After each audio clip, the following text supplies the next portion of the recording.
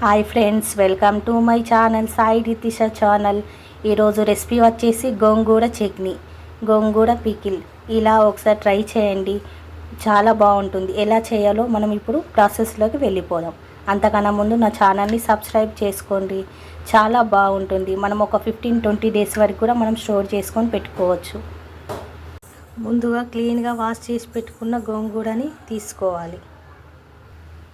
ఒక ప్యాన్ పెట్టుకొని దాంట్లో ఆయిల్ వేసుకోవాలి.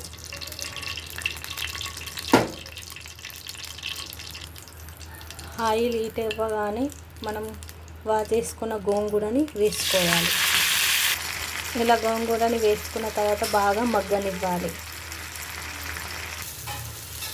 చూసారు కదా, గోంగూర ఎలా మగ్గిపోయింది. ఇట్లా బాగా మగ్గాలి, కలర్ మొత్తం ఇట్లా చేంజ్ అవ్వాలి. చేంజ్ అయిన తర్వాత దీన్ని మిక్సీ జార్లోకి తీసుకుందాం. ఇప్పుడు ఇదే ప్యాన్లో మళ్ళీ కొద్దిగా ఆయిల్ వేసి పచ్చిమిర్చిని కూడా వేయించుకుందాం.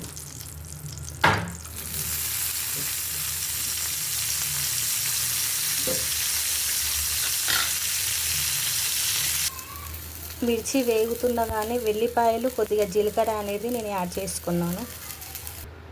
మిక్సీ జార్లో వేయించిన గోంగూర, పచ్చిమిర్చి, ఎల్లిపాయ, జీలకర్ర వేసుకున్నాను. చల్లారాక మిక్సీ పట్టుకోవాలి. ఇలా బాగా మిక్సీ పట్టుకోవాలండి. మిక్సీ పట్టిన తర్వాత అదే ప్యాన్లో కొద్దిగా ఆయిల్ ఎక్కువనే పడుతున్నది. ఎందుకంటే గోంగూర చట్నీ ఒక 15-20 డేస్ వరకు కూడా మనం స్టోర్ చేసుకోవచ్చు. ఈ గోంగూర చట్నీ ఆయిల్ హీట్ అయిన తర్వాత కొద్దిగా ఆవాలు చిటపటలాడుతుండాలి. ఆవాలు, జీలకర్ర, శనగపప్పు, ఇవి బాగా వేగాలి. శనగపప్పు అనేది